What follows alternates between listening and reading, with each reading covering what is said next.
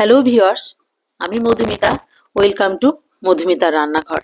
আমি আজকে আপনাদের সঙ্গে শেয়ার করব কড়াইশুটির বা মটরশুটির কচুরি। मैं आज शेयर करूंगी आप लोगों के साथ কড়াইশুটির কচুরি। তো চলুন রেসিপিটা দেখে নিই।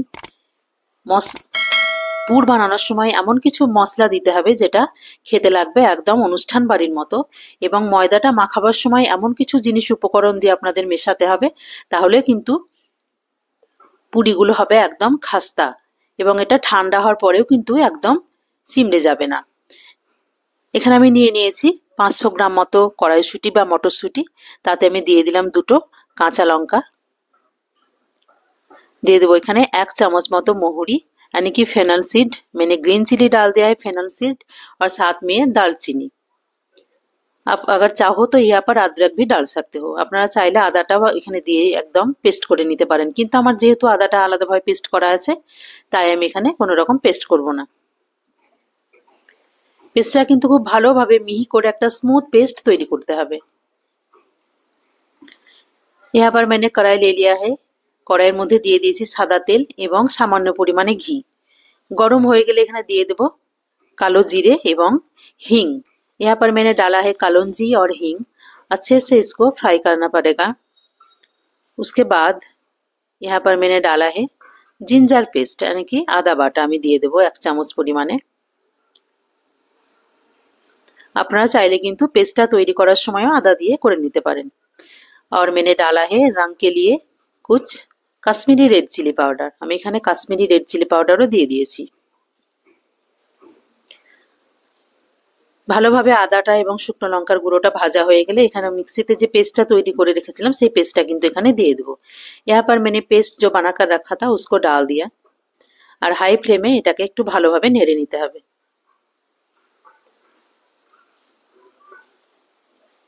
নাড়তে নাড়তে কিন্তু একটা সময় এটা জলটা একদম শুকিয়ে আসবে। यहाँ पर मैंने डाल दिया है स्वाद अनुसार नमक यानी कि सॉल्ट मैंने डाल दिया, और डाल दिया थोड़ा सा সুগার, ताकि ये खाने में थोड़ा सा मीठा लेकर आए। নুন এবং চিনি দুটোই মিশিয়ে দিয়েছি।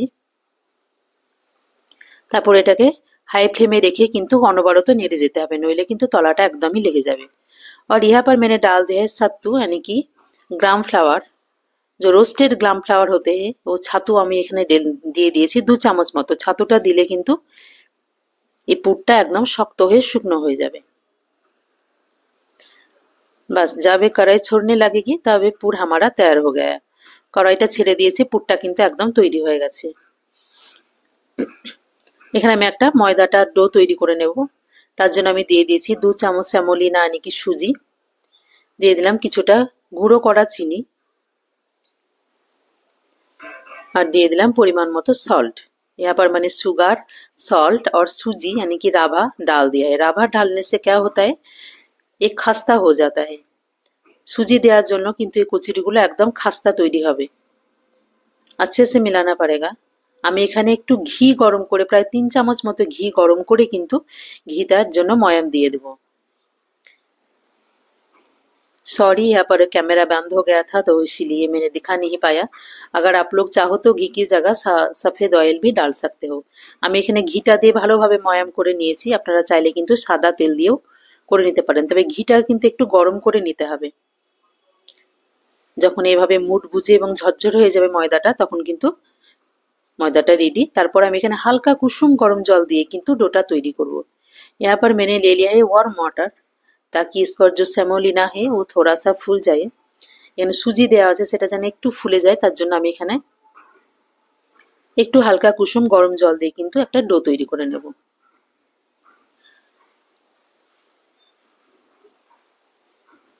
और ये डो तैयार हो गया। এখানে ডোটা তৈরি হয়ে গেছে। इसको मैंने 10 से 15 मिनट के लिए छोड़ दूंगी। এটাকে আমি 10 থেকে 15 মিনিটের জন্য এভাবে ঢাকা দিয়ে রেখে দেবো, যেন সুজিটা একটু ভালোভাবে ফুলে যায়। এখন আমি ফিরে এসেছি 10 থেকে 15 মিনিট পর। তারপরে এভাবে ভালো করে একটু মথে নিতে হবে। তারপরে আমি দু ভাগে ভাগ করে এগুলোকে একটু লুচির থেকে আকারে বড় এবং রুটির থেকে আকারে ছোট, একটু মিডিয়াম সাইজের কিন্তু লেচিগুলো আমি করে নেব।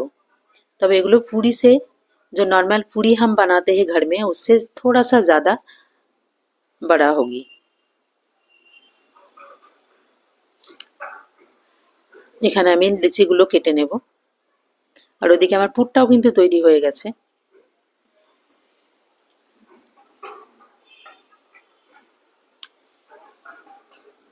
এবং একটা করে লেচি নিয়ে আমি এবার পুরগুলোকে ভরে নেব।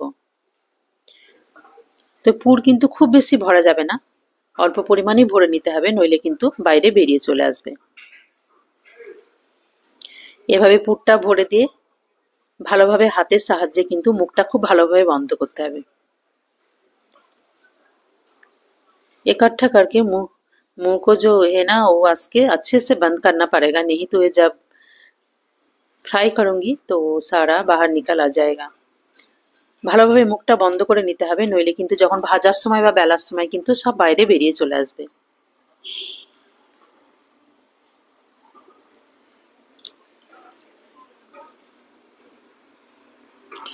এভাবে আমি সমস্ত পুরগুলো কিন্তু তৈরি করে নিয়েছি। আমার সমস্ত পুর ভরা হয়ে গেছে সবগুলোতে। এদিকে আমি একটা কড়াইয়ের মধ্যে কিন্তু তেল গরম করতে দিয়েছি। এগুলো আমি এবার বেলে নেব।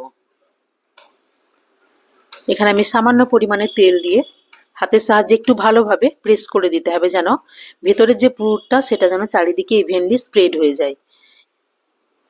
हाथ हाथ हाथ को लेकर अच्छे से प्रेस करना पड़ेगा, ताकि अंदर में मैंने जो पूर डाला है वो इवनली स्प्रेड हो जाए, नहीं तो ये बेलने के टाइम पर बाहर आ जाएगा।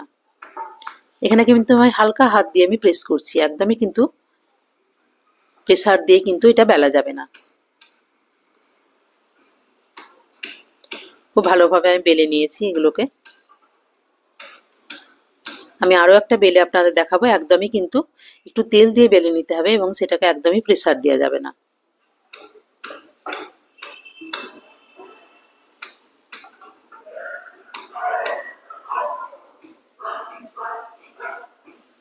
এদিকে আমার তেলটা গরম হয়ে গেছে, চলুন তাহলে এগুলোকে ভেজে ফেলি।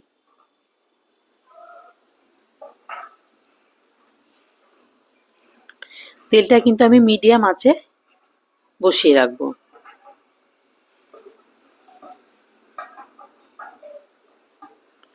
তারপরে এগুলোকে তেলে দেওয়ার পরে কিন্তু এইভাবে খুন্তি দিয়ে ওপর থেকে একটু তেল ছড়িয়ে দিতে হবে, তাহলে কিন্তু এটা খুব ভালোভাবে ফুলে যাবে। যেহেতু এগুলো কচুরি, তাই পুরির মতো কিন্তু এমনি নর্মাল লুচির থেকে কিন্তু এগুলো একটু মোটা হবে, পাতলা করা যাবে না, নইলে কিন্তু পুরগুলো সব বেরিয়ে আসবে।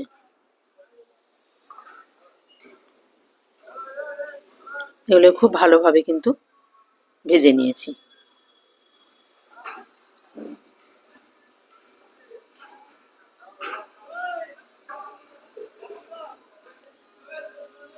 আমার এই রেসিপিটি যদি আপনাদের ভালো লাগে আমার চ্যানেলটিকে সাবস্ক্রাইব করবেন, লাইক শেয়ার এবং কমেন্ট করবেন। এখানে আমি আরও একটা দিয়ে দিয়েছি। প্রত্যেকটা পুরি কিন্তু খুব ভালোভাবে সুন্দরভাবে ফুলেছে এবং এগুলো ঠান্ডা হওয়ার পরেও কিন্তু কোনো রকম শক্ত হবে না।